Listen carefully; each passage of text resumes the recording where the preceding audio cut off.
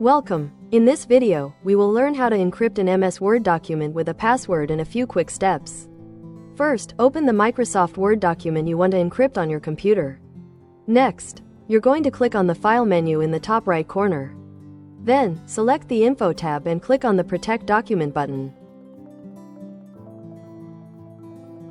You should see a list of options identical to the ones on our screen. From that list, select Encrypt with Password. In the pop-up dialog box, you'll get asked to enter the password. When you do so, click OK.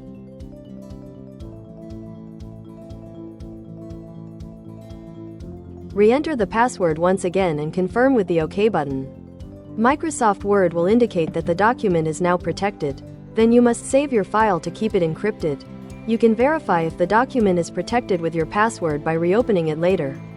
Every time you try to open the file, you will be asked to enter the password in the pop-up dialog box to access its contents. And that's it. If you found this tutorial helpful, reward us with a like. Is this your first time on our YouTube channel? We would be more than grateful to welcome you to our community, so hit the subscribe button to enjoy more of our videos and learn how to master Word.